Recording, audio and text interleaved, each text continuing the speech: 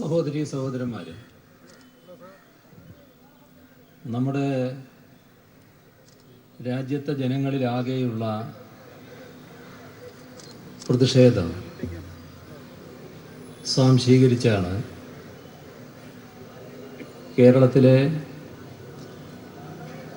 പൗരാവലി ഇവിടം മുതൽ കാസർഗോഡ് വരെ മനുഷ്യച്ചങ്ങലയായി അണിനിരന്നത്. ഈ മനുഷ്യച്ചങ്ങലയിൽ അണിനിരന്നവരിൽ നമ്മുടെ രാജ്യത്തെ ഗവൺമെൻറ് സ്വീകരിച്ച തെറ്റായ തീരുമാനത്തിലുള്ള ഒടുങ്ങാത്ത അമർഷമാണ് പ്രകടമായത്. ഇടതുപക്ഷ ജനാധിപത്യ മുന്നണിയാണ് ആഹ്വാനം ചെയ്തതെങ്കിലും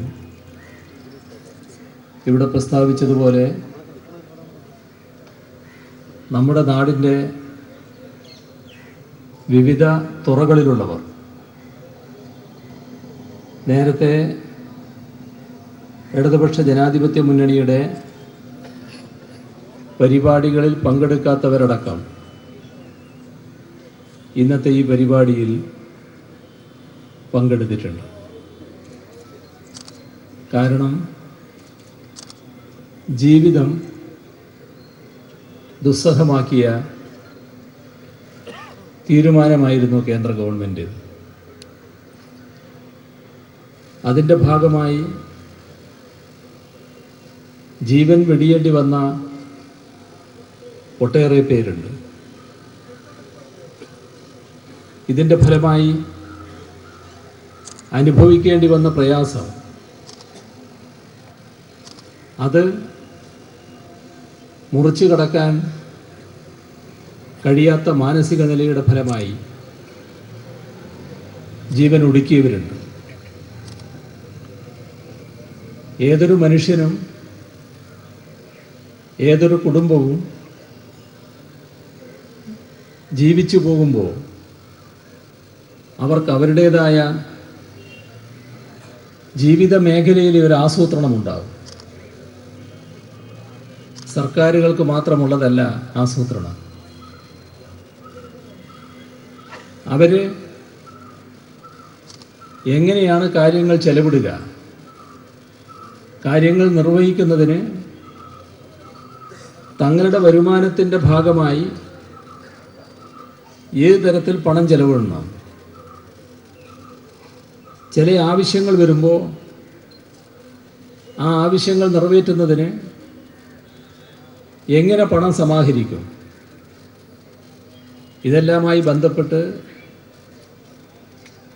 പല കുടുംബങ്ങൾക്കും കുടുംബനാഥന്മാർക്കും വ്യക്തികൾക്കും കൃത്യമായ ആസൂത്രണമുണ്ടാകും. അത്തരത്തിലുള്ള ആസൂത്രണത്തിൻ്റെ ഫലമായി അവരുടെ വരുമാനത്തിൻ്റെ ഒരു ഭാഗം അവർ സൂക്ഷിച്ചു വെക്കും. ഇന്നത്തെ കാലത്ത് നമ്മുടെ നാട്ടിലുള്ള ബാങ്കുകളിലാണ് മിക്കവാറും ആളുകൾ പണം സൂക്ഷിക്കാറുള്ളത്. അവരുദ്ദേശിക്കുന്ന ആവശ്യം അടുത്തു വന്നാൽ ബാങ്കിൽ നിന്ന് പണമെടുത്ത് ആ ആവശ്യം നിറവേറ്റും. ഇത് എത്രയോ കാലമായി നടന്നു വരുന്നൊരു പ്രക്രിയയാണ്. ഇതിന് ഒരു പ്രയാസവും ഉണ്ടാകാറില്ല. ബാങ്കിലിട്ടതുപോലെ എന്നൊരു ചൊല്ല് തന്നെ നമ്മുടെ നാട്ടിൽ ഇതിൻ്റെ ഭാഗമായി ഉയർന്നു വന്നതാണ്. ചിലപ്പോൾ മകളുടെ കല്യാണമാകാം, അല്ലെങ്കിൽ മറ്റു ചില ആവശ്യമാകാം. അതിനുവേണ്ടി പണമെടുക്കേണ്ട ഘട്ടത്തിൽ പണമെടുക്കാൻ കഴിയുന്നില്ല എന്നത് വല്ലാത്ത നിരാശയിലാക്കുകയാണ്. പണമുണ്ട്, എന്നാൽ പണം ഉപയോഗിക്കാൻ കഴിയുന്നില്ല. ഒരു തെറ്റും ചെയ്യാതെ സമ്പാദിച്ചു വെച്ച പണമാണ് എടുക്കാൻ പറ്റാത്തത്. ചിലര് അതിൻ്റെ ഫലമായി തന്നെ ജീവൻ എടുക്കുന്നു. ഇതൊരു ഭാഗം. ഇവിടെ വരുമാനം ഇടിഞ്ഞുപോയ ആളുകൾ, എല്ലാ തരത്തിലും പെട്ടവരുണ്ട്. സാധാരണ തൊഴിലാളി തൊഴിൽ ചെയ്താൽ വരുമാനം കൃത്യമായി ലഭിക്കാത്ത അവസ്ഥയുണ്ടാകുന്നു. എങ്ങനെ ജീവിക്കും? തൊഴിലെടുപ്പിക്കാൻ ആൾ തയ്യാറാകുന്നില്ല. ഇന്ന് പണമില്ലാത്തത് കൊണ്ട് തന്നെ, പണമുണ്ട് പക്ഷെ പണം ഉപയോഗിക്കാൻ കഴിയാത്തത് കൊണ്ട്, ഉള്ള പണം എടുക്കാനും ഉപയോഗിക്കാനും കഴിയാത്തത് കൊണ്ട്, അതിൻ്റെ ക്രയവിക്രയം നടത്താൻ പറ്റാത്തത് കൊണ്ട്, അങ്ങനെയുള്ള ആളുകൾ മറ്റ് ജോലികൾ എടുപ്പിക്കുന്നത് ഏറ്റവും കൂടുതൽ കുറഞ്ഞിരിക്കുന്നു. അത് കാർഷിക വൃത്തി മുതൽ കെട്ടിട നിർമ്മാണം വരെയാകാം. അത്യാവശ്യം വേണ്ടത് എന്താണോ അത് മാത്രമേ ചെയ്യാൻ തയ്യാറാകുന്നുള്ളൂ. ഇതിൻ്റെ ഫലമായി സാധാരണ തൊഴിലാളിക്ക് തൊഴിലില്ല, തൊഴിൽ നഷ്ടപ്പെട്ടിരിക്കുന്നു, വരുമാനമില്ലാതായിരിക്കുന്നു. അവരൊന്നും വലിയ തോതിൽ സമ്പാദിച്ചു വെച്ചവരല്ല. നമ്മുടെ നാട്ടിലെ ജീവിത സാഹചര്യത്തിൽ തൊഴിലാളികൾ കൃത്യമായി വരുമാനമുള്ളതുകൊണ്ട് മാന്യമായ ജീവിതം നയിക്കുന്നവരാണ്. പക്ഷേ ഇവിടെ തൊഴിലില്ല, തൊഴിൽ ലഭിക്കുന്നില്ല. തൊഴിലെടുപ്പിക്കാൻ തയ്യാറാകേണ്ടവർ തൊഴിലെടുപ്പിക്കാൻ തയ്യാറാകുന്നില്ല.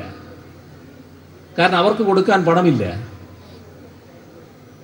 ഇത് വലിയൊരു ഭാഗം ആളുകളെ വരുമാനമില്ലാത്തവരാക്കി മാറ്റുന്നു, ജീവിതം ദുസ്സഹമാക്കുന്നു. ഇതിൻ്റെ തന്നെ മറ്റൊരു വശമുണ്ട്. നമ്മുടെ നാട്ടിൽ ഇടത്തരം ആളുകൾ, അവരെല്ലാം വലിയ കാശ് കയ്യിൽ വെച്ച് വരുന്നവരല്ല. ചിലപ്പോൾ ഒരു കട നടത്തുന്നുണ്ടാകാം, ചെറിയൊരു വ്യവസായം നടത്തുന്നുണ്ടാകാം, മറ്റേതെങ്കിലും തരത്തിലുള്ള പ്രവർത്തനങ്ങളിൽ ഏർപ്പെട്ടിട്ടുണ്ടാകാം. അതെല്ലാം കൃത്യമായ രീതിയിലുള്ള അവരുടെ വരുമാനത്തെ ആശ്രയിച്ചാണ് നിൽക്കുന്നത്. അവർ ബാങ്കിൽ അടക്കേണ്ട പണമുണ്ട്, അത് അവരുടെ വരുമാനത്തിൽ നിന്നാണ് അടക്കേണ്ടത്. ആ വരുമാനം ലഭിക്കാതാവുന്നു, അവരുടെ വരുമാനത്തിൽ ഇടിവ് തട്ടുന്നു. അപ്പോൾ ബാങ്കിൽ അടക്കേണ്ട പണം അടക്കാൻ പറ്റുന്നില്ല. പലരും വായ്പ എടുത്തവരാണ്, ആ വായ്പ തിരിച്ചടക്കാൻ കഴിയുന്നില്ല. ഇതിന്റെ ഭാഗമായി പ്രയാസം അനുഭവിക്കേണ്ടി വരുന്നു. അത് അപൂർവം ചിലര് എങ്ങനെ മുന്നോട്ട് പോകും എന്ന ഒരു പരിഭ്രാന്തിയിൽപ്പെട്ട് ജീവിതം അവസാനിപ്പിച്ച് കളയുന്ന നില വന്നിരിക്കുന്നു. ആരാണ് ഇതിനെല്ലാം ഉത്തരവാദി? എന്തിനാണ് ഇതൊക്കെ ചെയ്തു വെച്ചത്? നമ്മുടെ കേരളത്തിൽ വന്ന് ലക്ഷക്കണക്കിന് ആളുകൾ, ഇതര സംസ്ഥാനത്ത് നിന്ന് വന്ന തൊഴിലാളികൾ നല്ല രീതിയിൽ തൊഴിലെടുത്ത് അതിൻ്റെ ഭാഗമായി ഈ സംസ്ഥാനത്തിൻ്റെ പ്രത്യേകത വെച്ച് അവർക്ക് കിട്ടുന്ന നല്ല വരുമാനം അവരുടെ കുടുംബത്തെ പോറ്റാൻ വേണ്ടി അയച്ചു കൊടുത്തവരാണ്. നല്ലൊരു ഭാഗം തിരിച്ചു പോയി കഴിഞ്ഞു. കാരണം ഇവിടെ തൊഴിലെടുപ്പിക്കാൻ ആൾ തയ്യാറാകുന്നില്ല. ഇതൊരു കേരളത്തിൻ്റെ മാത്രം പ്രശ്നമല്ല. രാജ്യത്താകെയുള്ള പ്രശ്നമാണ്. ഇവിടെ പറഞ്ഞല്ലോ 86%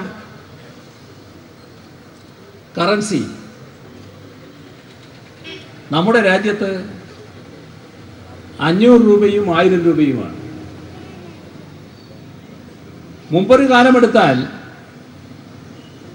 ഈ 500ഉം 1000ഒക്കെ രൂപ വളരെ അപൂർവമായിട്ട് ആളെ കയ്യിലെത്താറുണ്ട്. ഇന്നതല്ലാലോ. അതായിരുന്നല്ലോ നമ്മുടെ നാട്ടിലെ അവസ്ഥ. ഇത് മുഴുവൻ ഒറ്റയടിക്ക് പിൻവലിച്ചാൽ ഉണ്ടാക്കാവുന്ന പ്രത്യാഘാതത്തെക്കുറിച്ച് പിൻവലിക്കാൻ അധികാരമുള്ളവർ മനസ്സിലാക്കണ്ടേ? അതിവിടെ മനസ്സിലാക്കിയോ? ഏതെങ്കിലും തരത്തിലുള്ള ഭ്രാന്തൻ നടപടി സ്വീകരിക്കാനാണോ ഭരണാധികാരികൾ തയ്യാറാകേണ്ടത്? സമചിത്തതയുള്ള ഏതൊരാളും ഇത്തരമൊരു തീരുമാനമെടുക്കുമ്പോൾ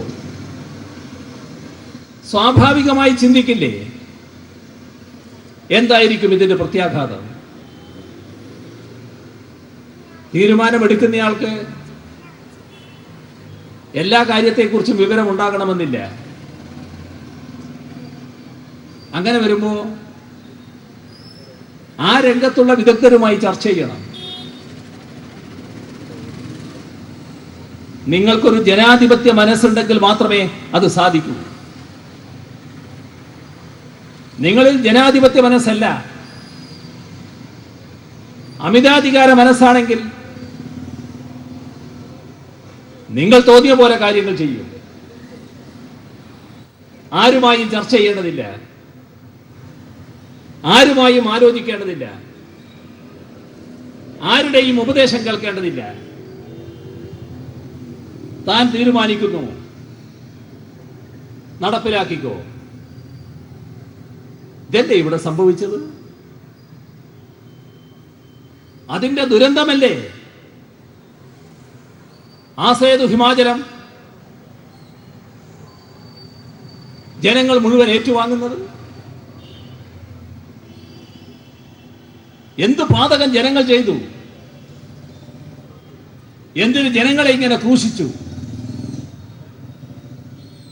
കള്ളപ്പണം വേട്ടയാടാനാണ് എന്നാണ് ന്യായം പറഞ്ഞത്. ഏത് കള്ളപ്പണ പിടികൂടിയത്? എന്തെങ്കിലും കാര്യം ഒരു നേട്ടമായി അവതരിപ്പിക്കാനുണ്ടോ?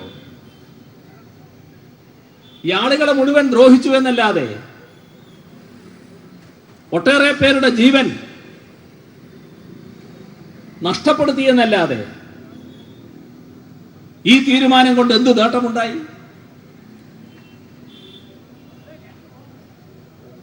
ജനാധിപത്യ മനസ്സില്ലാത്ത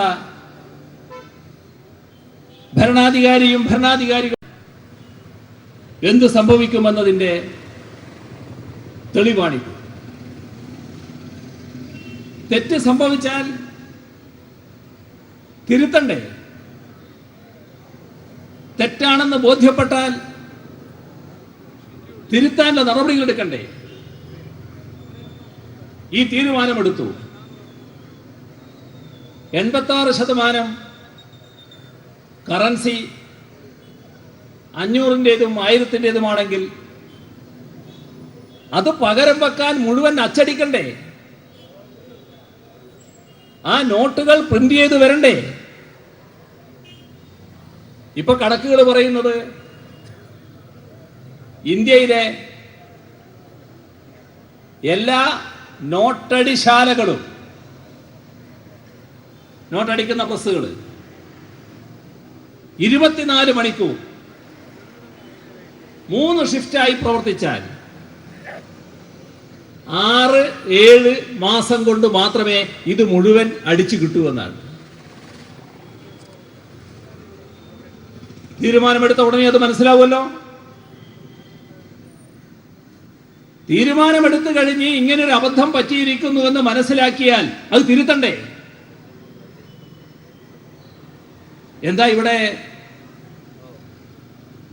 ജനങ്ങളുടെ മേലെ എങ്ങനെയും കുതിര കയറാമെന്നാണ്? ആ കുതിര കയറുന്നതിനാണ് RSSും BJPയും തയ്യാറായിരിക്കുന്നത്. അതിനാണ് രാജ്യത്തിന്റെ പ്രധാനമന്ത്രി നരേന്ദ്രമോദി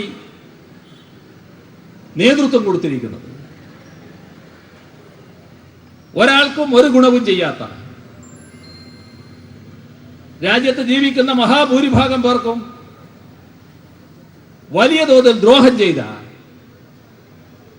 ഒരു നടപടിയായാണ് ഇത് മാറിയത്. നമുക്ക്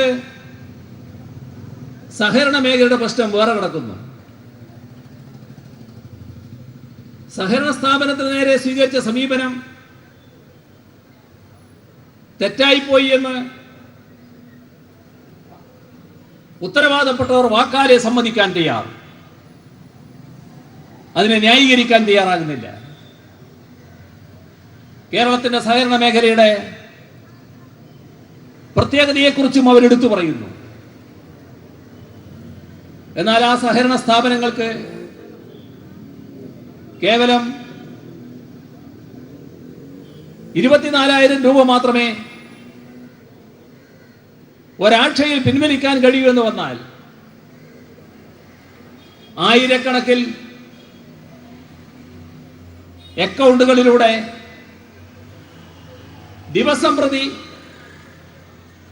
ഇടപാട് നടത്തുന്ന ഒരു സഹകരണ സ്ഥാപനത്തിൽ എങ്ങനെ ഇടപാടുകാരെ തൃപ്തിപ്പെടുത്താൻ കഴിയും? എവിടുന്ന് കാശുണ്ടാവും? ഇതേവരെ തിരുത്താൻ തയ്യാറായോ? ഫലപ്രദമായ തിരുത്തൽ ഇതേവരെ വന്നിട്ടില്ല. ഏറ്റവും രസം, ഇതിനെക്കുറിച്ചെല്ലാം ആരെങ്കിലും അഭിപ്രായം പറഞ്ഞു പോയാൽ ഉടനെ RSSകാർ ചാടി വീഴുകയാണ്. എന്താണ് സാമ്പത്തിക ശാസ്ത്രത്തെ പറ്റി നിങ്ങൾക്കറിയാവുന്നത്? സാമ്പത്തിക ശാസ്ത്രത്തെ കുറിച്ചൊന്നും അറിയണ്ട കേട്ടോ, ഈ നാട്ടിൽ ജീവിച്ചാൽ മതി. ആ ജീവിക്കുന്നവർക്കെല്ലാം ഉണ്ടാകുന്ന ദുരനുഭവത്തിന്റെ അടിസ്ഥാനത്തിൽ കാര്യങ്ങൾ വിലയിരുത്താൻ ആളുകൾക്ക് കഴിയും. അതിന് വലിയ സാമ്പത്തിക ശാസ്ത്രമൊന്നും പഠിക്കണ്ട. ഈ നാട്ടിലും രാജ്യത്തിലുമുള്ള ജനങ്ങളിലാകെ ഉണ്ടായ പ്രതികരണം, അതിന്റെ മൂർത്തീകരണമാണ് MTയുടെ വാക്കുകളിലൂടെ വന്നത്.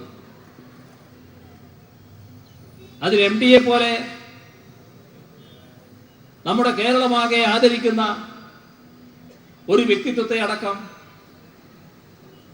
ആക്ഷേപിക്കാൻ, അവഹേളിക്കാൻ RSSകാർ തയ്യാറാകുന്ന ചിത്രമാണ് കണ്ടത്. ഇതാണ് അവരുടെ രീതി. തെറ്റ് സംഭവിച്ചാൽ അംഗീകരിക്കാൻ തയ്യാറില്ല, തെറ്റിനെ ന്യായീകരിക്കാൻ പുറപ്പെടുകയാണ്.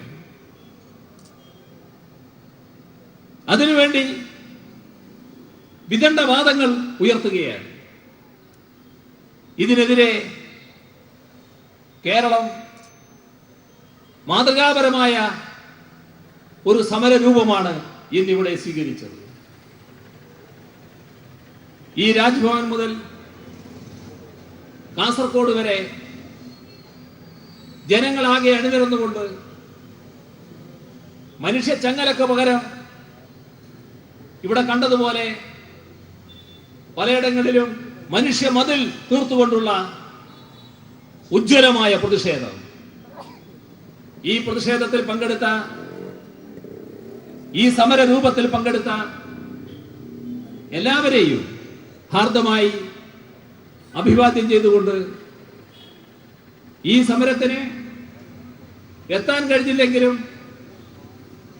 മനസ്സുകൊണ്ട് ഈ സമരത്തെ പിന്താങ്ങുന്ന അനേക ലക്ഷം ആളുകൾ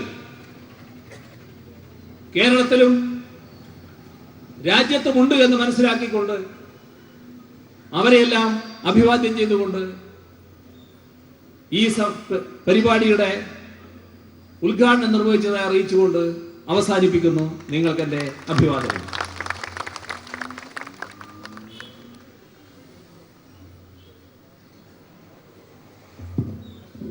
അടുത്തതായി സഖാവ് VS സംസാരിക്കും.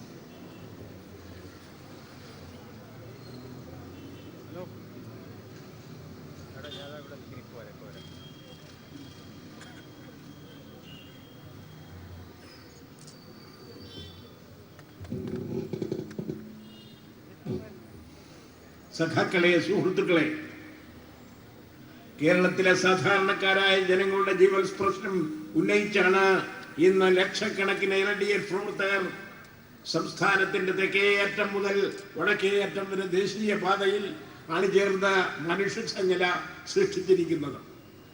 കേരളത്തിന്റെ സമരമുന്നേറ്റ ചരിത്രത്തിലെ ഏറ്റവും ധീരോജ്വലമായ സമരമാണിത്. രാജ്യത്തെ ജനജീവിതം അപ്പാടെ നിശ്ചലമാക്കുന്ന മോദി സർക്കാരിന്റെ തലതിരിഞ്ഞ നോട്ട് നിരോധനത്തിനെതിരായ ജനവികാരമാണ് ഇവിടെ പ്രകടമാകുന്നത്. ജനതാൽപര്യത്തിനെതിരെ പ്രവർത്തിക്കുന്ന മോദിയെ തിരുത്തിക്കാനുള്ള കേരളത്തിന്റെ പൊതുവികാരമാണ് ഇതിലൂടെ പ്രകടിപ്പിക്കുന്നത്. സർ CP അടക്കമുള്ള ഏകാധിപതികളെ മുട്ടുകുത്തിച്ച പാരമ്പര്യമുള്ള സമര കേരളം ഒന്നടങ്കം പറയുകയാണ്, മോദി അസംബന്ധ തീരുമാനങ്ങളിൽ നിന്ന് പിന്നോട്ട് പോകണമെന്ന്. നോട്ട് നിരോധനം മൂലമുണ്ടായ പ്രശ്നങ്ങളും ദുരിതങ്ങളും ഇന്ന് ആരെയും പറഞ്ഞ് മനസ്സിലാക്കേണ്ടതില്ല.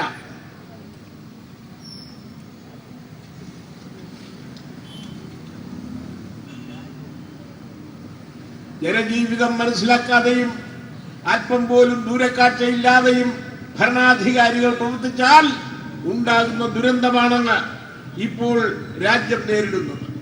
കള്ളപ്പണക്കാരെ പിടികൂടാനും തീവ്രവാദ പ്രവർത്തനങ്ങളുടെ വേരറുക്കുവാനുമായിട്ടാണ് നോട്ട് നിരോധനം കൊണ്ടുവന്നതെന്നാണ് മോഡി പറഞ്ഞുകൊണ്ടിരിക്കുന്നത്. മോഡി പറഞ്ഞത് ശരിയാണെങ്കിൽ കള്ളപ്പണക്കാർ മുഴുവൻ ഇപ്പോൾ ജയിലിലായി കാണണം. തീവ്രവാദികൾ മുഴുവൻ ദേശവിരുദ്ധ പ്രവർത്തനങ്ങൾ അവസാനിപ്പിച്ച് നാമം ജപിച്ചിരിക്കുന്ന കാഴ്ച കാണണം. എന്നാൽ നമ്മളാരും ഇങ്ങനെ ഒരു വാർത്ത ഇതേവരെ കേട്ടിട്ടില്ല. എന്ന് പറഞ്ഞാൽ മോഡിയുടെ പ്രഖ്യാപനം മുഴുവൻ പൊളിയായിരുന്നു എന്ന് തെളിയിക്കപ്പെട്ടിരിക്കുകയാണ്. രാജ്യത്തെ 125 കോടി ജനങ്ങളെ ആകെ ബാധിക്കുന്ന നോട്ടു നിരോധനം എത്ര ലാഘവത്തോടു കൂടിയാണ് മോഡി അടിച്ചേൽപ്പിച്ചത്. അതുകൊണ്ടല്ലേ ഇതിനകം 60ഓളം തവണ നടപടിക്രമങ്ങൾ മാറ്റിയത്, 180-ലേറെ പേരെ മരണത്തിലേക്ക് തള്ളിവിട്ടത് മോഡിയുടെ ഈ ഭ്രാന്തൻ തീരുമാനമല്ലേ? സാധാരണക്കാർ പണിയെടുത്തുണ്ടാക്കിയ പണം അന്യായമായി ബാങ്കുകളിൽ പിടിച്ചുവെച്ച മോഡി കള്ളപ്പണക്കാരായ രാജ്യത്തെ വൻ വ്യവസായികളുടെയും 40,000 കോടിയിലേറെ രൂപയുടെ കടം എഴുതിത്തള്ളിയതായാണ് വാർത്ത വന്നിട്ടുള്ളത്. മോഡിയുടെ അടുത്ത ചങ്ങാതിയായ അദാനി 6,000 കോടിയുടെ വായ്പ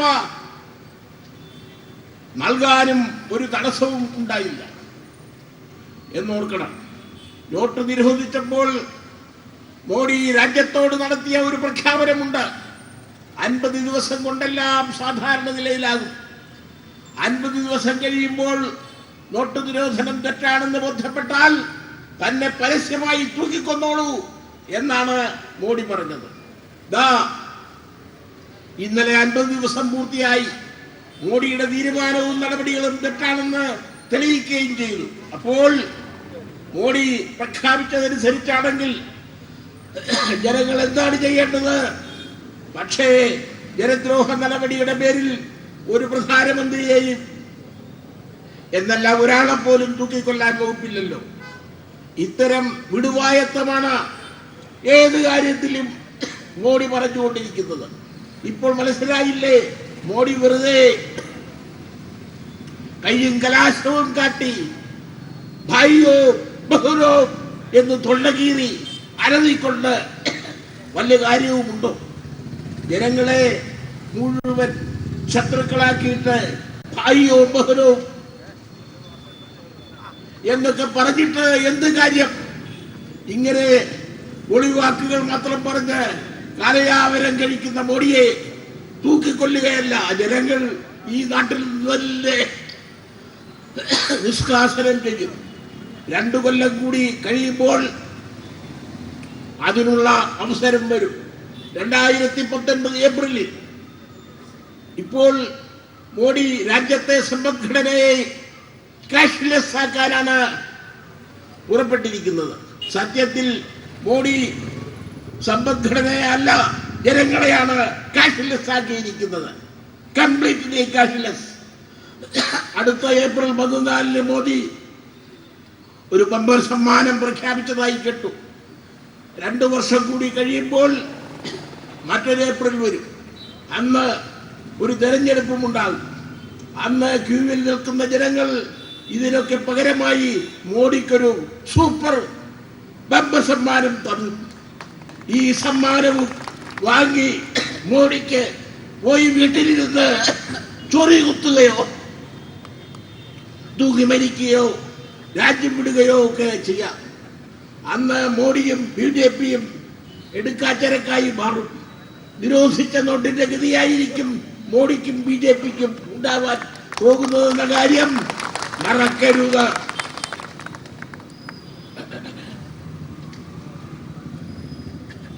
മോഡി വികാരഭരിതനായി പറഞ്ഞത് താൻ രാജ്യത്തിന് വേണ്ടി സ്വന്തം കുടുംബവും നാടും ഉപേക്ഷിച്ചു എന്നാണ്. അതുകൊണ്ട് ആ കുടുംബം രക്ഷപ്പെട്ടു. പക്ഷേ രാജ്യം കുളം തോണ്ടി എന്ന് മാത്രം. രാജ്യം കുളം തോണ്ടി എന്ന് മാത്രം. പ്രിയമുള്ളവരെ, ഞാൻ അവസാനിപ്പിക്കുകയാണ്. ഇന്ത്യയിലെ മുഴുവൻ ജനങ്ങളെയും ഒരുപോലെ കഷ്ടപ്പെടുത്തിയ മറ്റൊരു പ്രധാനമന്ത്രി ഉണ്ടോ എന്ന് സംശയമാണ്. ഈ ജനവികാരം ഉൾക്കൊണ്ട് പറ്റിയ പിഴവുകൾ തിരുത്താൻ മോഡിയും റിസർവ് ബാങ്കും തയ്യാറാകണമെന്നാണ് എനിക്ക് അഭ്യർത്ഥിക്കാനുള്ളത്. ചരിത്രത്തിൽ ഇടം നേടിയ ഈ പ്രക്ഷോഭണത്തിന് സാക്ഷികളും സഹായികളുമായ മുഴുവൻ പേരെയും ഒരിക്കൽ കൂടി അഭിവാദ്യം ചെയ്യുന്നു. ഞാൻ അവസാനിപ്പിക്കുന്നു. അഭിവാദ്യങ്ങൾ, അഭിവാദ്യങ്ങൾ, അഭിവാദ്യങ്ങൾ. മനുഷ്യ മഹാസാഗരത്തിൻ്റെ മനുഷ്യ ചങ്ങലയാണ് നിലവിൽ കണ്ടത്. ഇപ്പോൾ ഭരണ പരിഷ്കാര കമ്മീഷൻ ചെയർമാൻ VS അച്യുതാനന്ദൻ അദ്ദേഹം നിലവിൽ പ്രസംഗിക്കുകയായിരുന്നു. കേന്ദ്ര സർക്കാരിനെതിരെ വലിയ തരത്തിലുള്ള താക്കീതും പ്രതിഷേധവുമായാണ് തിരുവനന്തപുരത്ത് മനുഷ്യ ചങ്ങല തീർത്തത്. മനുഷ്യ ചങ്ങലയിൽ കണ്ണികളായത് ജനലക്ഷങ്ങളാണ്. ചങ്ങല തിരുവനന്തപുരം രാജ്ഭവൻ മുതൽ കാസർഗോഡ് ടൗൺ വരെ 700 കിലോമീറ്റർ ദൂരത്തിലാണ് മനുഷ്യചങ്ങല തീർത്തതിന്റെ തത്സമയ ദൃശ്യങ്ങളാണ് നിലവിൽ കണ്ടത്. മുഖ്യമന്ത്രി പിണറായി വിജയനാണ് മനുഷ്യചങ്ങലയിൽ ആദ്യ കണ്ണിയായത്. കാസർഗോഡ് E ചന്ദ്രശേഖരൻ അവസാന കണ്ണിയായി. മനുഷ്യചങ്ങലയിൽ അലയടിച്ചത് കേന്ദ്രത്തോടുള്ള അടങ്ങാത്ത അമർഷമാണ് എന്നാണ് മുഖ്യമന്ത്രി പിണറായി വിജയൻ പറഞ്ഞത്. കാര്യത്തിൽ തെറ്റ് പറ്റി എന്ന് തിരിച്ചറിഞ്ഞ നിമിഷത്തിലെങ്കിലും അത് തിരുത്താനുള്ള സാമാന്യ യുക്തിയോ ബുദ്ധിയോ ഉണ്ടായിട്ടില്ല കേന്ദ്രത്തിന്, ഭരണകൂടത്തിന് എന്നതടക്കമുള്ള വിമർശനങ്ങളും അദ്ദേഹം ഉന്നയിക്കുകയും ചെയ്തു. എന്തായാലും നിരോധിച്ച നോട്ടിന്റെ ഗതിയാകും നരേന്ദ്രമോദിക്കുമൊപ്പം BJPക്കും വരുന്ന തെരഞ്ഞെടുപ്പിൽ ഉണ്ടാവുക. അത്തരത്തിലുള്ള ജനവിധിയാകും ജനങ്ങളുടെ ഭാഗത്തു നിന്ന് ഉണ്ടാവുക എന്നാണ് ഭരണപരിഷ്കാര കമ്മീഷൻ ചെയർമാൻ കൂടിയായ VS അച്യുതാനന്ദൻ ഇക്കാര്യത്തിൽ പറഞ്ഞത്. കേന്ദ്ര സർക്കാരിനെതിരെ താക്കീതുമായി കേരളം. LDFന്റെ മനുഷ്യ ചങ്ങല ഇപ്പോൾ തിരുവനന്തപുരത്ത് പുരോഗമിക്കുകയാണ്. കാനം രാജേന്ദ്രൻ മാത്രമേ നമ്മുടെ കാർഷിക സമ്പദ്ഘടന തകരൂ എന്നറിയാവുന്നത് കൊണ്ട് കേരളത്തിന്റെ കാർഷിക സമ്പദ്ഘടന തകർക്കുന്നതിന് വേണ്ടിയായിട്ടാണ് ബോധപൂർവമായ ശ്രമം നടത്തുന്നത്. ഈ കേരളത്തിൽ നമ്മുടെ പുരോഗതിയിൽ സഹകരണ പ്രസ്ഥാനത്തിനുള്ള പങ്ക് നാം എല്ലാം തിരിച്ചറിഞ്ഞതാണ്. കേരളത്തിൽ മാത്രമല്ല, ഇന്ത്യയുടെ പല സംസ്ഥാനങ്ങളിലുമുണ്ട്. കേരളത്തിൽ നിന്ന് വ്യത്യസ്തമായി കേരളത്തിലൊരു ജനകീയ സഹകരണ പ്രസ്ഥാനമാണെങ്കിൽ അവിടെ കുറച്ചുകൂടി ഇടത്തരക്കാരുടെ അല്ലെങ്കിൽ സമ്പന്നന്മാരുടെ സഹകരണ പ്രസ്ഥാനമാണ് എന്ന് മാത്രമേ ഉള്ളൂ. ഈ മേഖലയെല്ലാം തകർത്തുകൊണ്ട് മൂലധന താല്പര്യത്തിന്റെ മുന്നിൽ ജനങ്ങളുടെ താല്പര്യം അടിയറ വയ്ക്കുന്ന ഒരു സമീപനമാണ് കേന്ദ്ര ഗവൺമെന്റ് സ്വീകരിച്ചു കൊണ്ടിരിക്കുന്നത്. ആ നയങ്ങൾക്കെതിരെയുള്ള അതിശക്തമായ പ്രതിഷേധം രാജ്യത്തെമ്പാടും ഉയർന്നു വരികയാണ്. ആ പ്രക്ഷോഭങ്ങളിലും സമരങ്ങളിലും നമ്മുടെ രാജ്യത്തെ ജനങ്ങൾ കേന്ദ്ര ഗവൺമെന്റിന്റെ ഈ ഭ്രാന്തൻ നയങ്ങൾ തിരുത്താൻ വേണ്ടിയുള്ള പോരാട്ടത്തിൽ ശക്തമായി മുന്നോട്ട് പോകും എന്ന കാര്യത്തിൽ ഒരു സംശയവുമില്ല. ഈ കേരളം ഇന്ത്യക്ക് വഴി കാണിക്കണം. കേരളമാണ് ഇന്ത്യക്ക് വഴി കാണിക്കാൻ കഴിയുന്ന ഒരു സംസ്ഥാനം. ഈ നയങ്ങൾക്ക് ബദലായി ഒരു നയം ഉയർത്തിക്കൊണ്ടുവരാനും ജനങ്ങളോടൊപ്പം നിന്ന് പോരാടാനും ആ ജനപക്ഷ നയങ്ങൾ നടപ്പിലാക്കാനും പരിശ്രമിക്കുന്ന ഇടതുപക്ഷ ജനാധിപത്യ മുന്നണി ഈ പോരാട്ടം തുടരണം. നരേന്ദ്രമോദിയുടെ ഈ നയത്തെ പരാജയപ്പെടുത്താൻ വേണ്ടി വൻപിച്ച ജനപിന്തുണയോടെ നമുക്ക് മുന്നോട്ട് പോകാൻ കഴിയും എന്നാണ് എൻ്റെ വിശ്വാസം. ഇന്ന് കേരളത്തെ സ്നേഹിക്കുന്ന എല്ലാ മനുഷ്യരും നമ്മുടെ ഈ പ്രക്ഷോഭത്തോടൊപ്പം സഹകരിച്ചിട്ടുണ്ട്.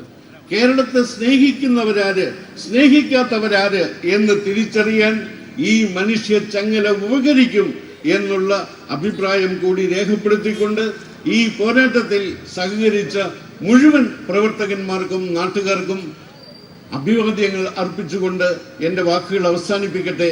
നന്ദി, നമസ്കാരം.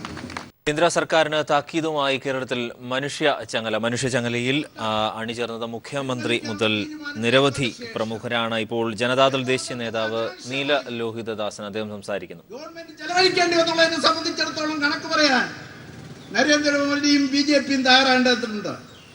നമുക്കെല്ലാം അറിയാവുന്നതുപോലെ ഈ തീരുമാനങ്ങൾ എടുക്കുന്നത് കേന്ദ്ര ഗവൺമെന്റ് അല്ല, മന്ത്രിസഭയല്ല, BJPയും അല്ല, മറിച്ച് നാഗപ്പൂരിൽ RSSന്റെ ആസ്ഥാനത്തിരുന്നു കൊണ്ട് എടുക്കുന്ന തീരുമാനങ്ങൾ നടപ്പിലാക്കുന്ന ഏജന്റ് മാത്രമായി നരേന്ദ്രമോദി പ്രവർത്തിച്ചുകൊണ്ടിരിക്കുകയാണ്. അതുകൊണ്ടാണ് ആരെങ്കിലും എന്തെങ്കിലും ഈ തീരുമാനത്തിനെതിരെ പറഞ്ഞു പോയാൽ, ജനങ്ങൾ അനുഭവിക്കുന്ന ബുദ്ധിമുട്ടിനെ കുറിച്ച് പറഞ്ഞു പോയാൽ അവിടെ നേർക്ക് RSSന്റെ നേതാക്കന്മാർ ഗുണ്ടകളെ പോലെ ചാടിവിടാൻ ശ്രമിക്കുന്നത് എന്ന് നമുക്ക് കാണാൻ പ്രയാസമില്ല.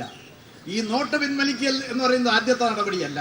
1978 മൊറാർജി ദേശായി പ്രധാനമന്ത്രിയായിരുന്ന സന്ദർഭത്തിൽ പ്രധാനമന്ത്രിയല്ല 1000, 5000ന്റെയും 10,000 നോട്ടുകൾ പിൻവലിച്ചുള്ള നടപടികൾ പ്രഖ്യാപിച്ചത്, മറിച്ച് രാഷ്ട്രപതി ഒപ്പുവെച്ച ഒരു ഓർഡിനൻസിലൂടെ ആയിരുന്നു. ഇപ്പോൾ ഇതുവരെ ഒരു ഓർഡിനൻസോ ഒരു നിയമമോ കൊണ്ടുവന്നിട്ടില്ല. അതിന് ഓർഡിനൻസ് പുറപ്പെടുവിക്കാൻ പോകുന്നെന്നാണ് പറയുന്നത്. ഈ പ്രഖ്യാപനം ഉണ്ടായതിനു ശേഷം പാർലമെന്റിൽ ഇത് സംബന്ധിച്ചൊരു പ്രസ്താവന നടത്താൻ പോലും പ്രധാനമന്ത്രിക്ക് കഴിഞ്ഞിട്ടില്ല എന്ന് പറഞ്ഞാൽ പാർലമെന്റ് ജനാധിപത്യത്തെ പോലും വെല്ലുവിളിക്കുന്ന നടപടിയാണ് നരേന്ദ്രമോദി ഗവൺമെന്റ് സ്വീകരിച്ചുകൊണ്ടിരിക്കുന്നത്.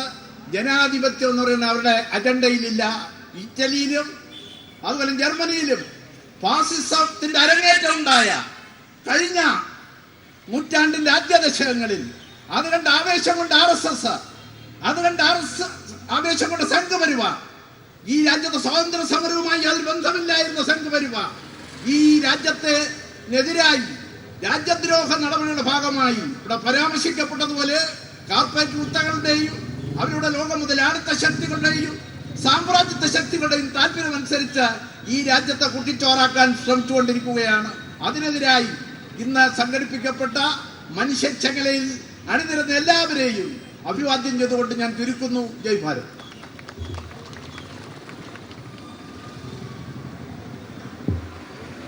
NCPയുടെ സംസ്ഥാന പ്രസിഡന്റ് ഉഴവൂർ വിജയൻ സംസാരിക്കും.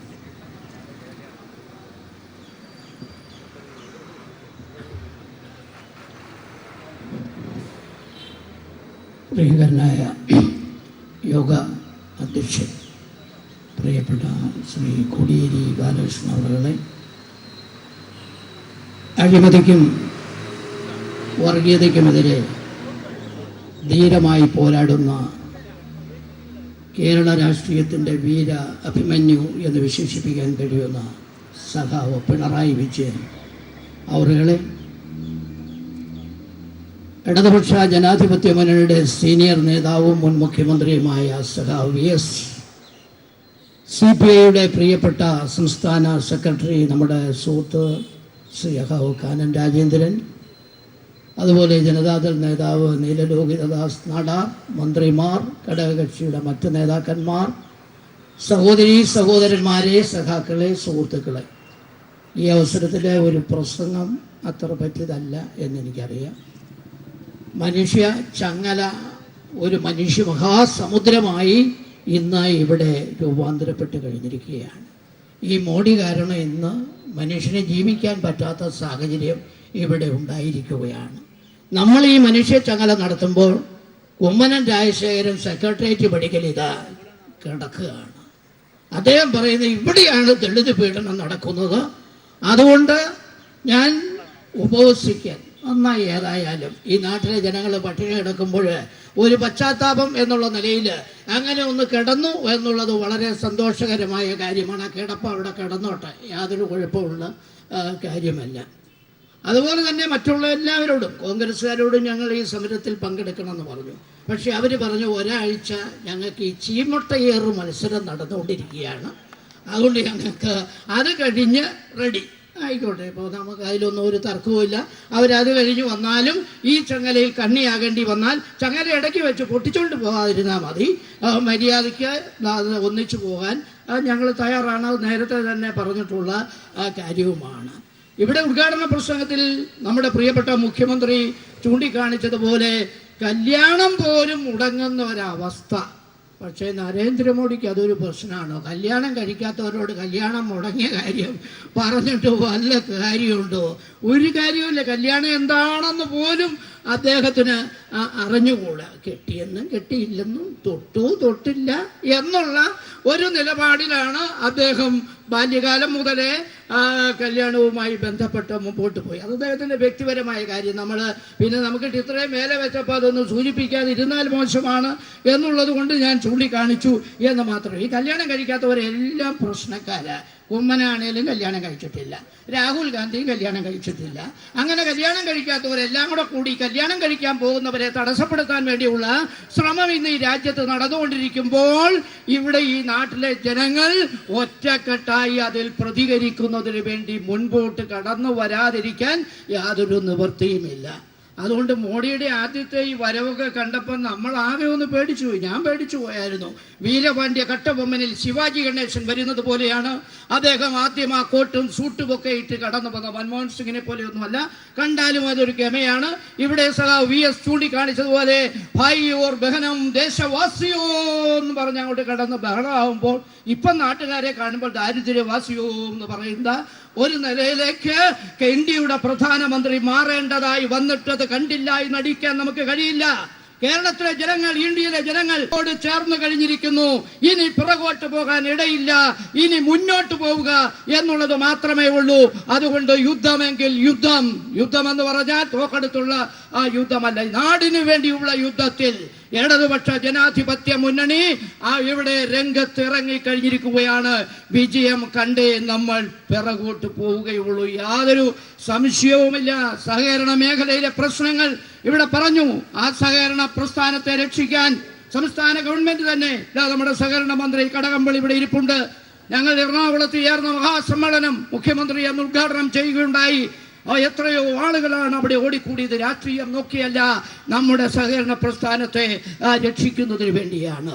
അതുകൊണ്ട് എല്ലാം തകർത്തുകൊണ്ട് റോമാ നഗരം കത്തിയെരിയുമ്പോൾ നീറോ ചക്രവർത്തി വീണ വായിക്കുന്ന നിലപാടുമായി മുൻപോട്ട് പോകുന്ന ഞാനൊന്നും അറിഞ്ഞില്ല രാമനാരായണ എന്നുള്ള നിലപാട് സ്വീകരിച്ചുകൊണ്ട്, അനങ്ങാപ്പാറ നയം സ്വീകരിച്ചുകൊണ്ട് എല്ലാ ദിവസവും അവധി പറയുന്ന ഒരു മുഖ്യമന്ത്രിയായി മാറിക്കഴിഞ്ഞിരിക്കുകയാണ്. ചിലർ കാശ് വായ്പ മേടിച്ചാൽ പറയും തിങ്കളാഴ്ച വരികയാണെങ്കിൽ എന്ന് തരാമെന്നുള്ള വിവരം പറയാമെന്ന് പറയും.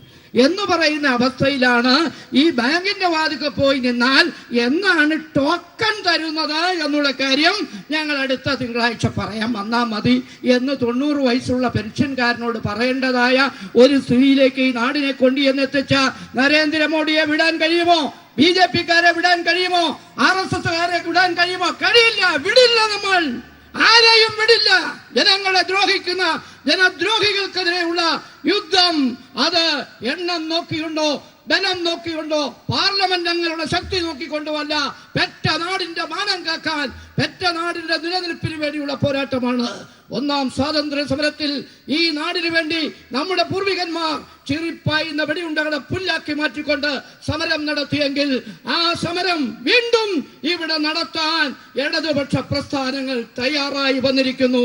നാടിനെ സ്നേഹിക്കുന്നവർ, രാജ്യസ്നേഹികൾ അതിനായി മുന്നോട്ട് കടന്നു വന്നിരിക്കുന്നു എന്ന് തെളിയിക്കത്തക്ക രീതിയിലുള്ള മനുഷ്യ ചങ്ങലയാണ് ഇന്ന് ഈ തിരുവനന്തപുരത്ത് രാജ്ഭവനിൽ മുഖ്യമന്ത്രി ഒന്നാമത്തെ കണ്ണിയായി കാസർഗോഡ് വരെ ഇത് നീങ്ങിയിട്ടുള്ളത്. നോട്ട് ദുരിതം, സഹകരണ പ്രതിസന്ധി എന്നീ വിഷയങ്ങളിൽ കേന്ദ്ര സർക്കാരിന് താക്കീതുമായി കേരളം മനുഷ്യച്ചങ്ങല തീർത്തു.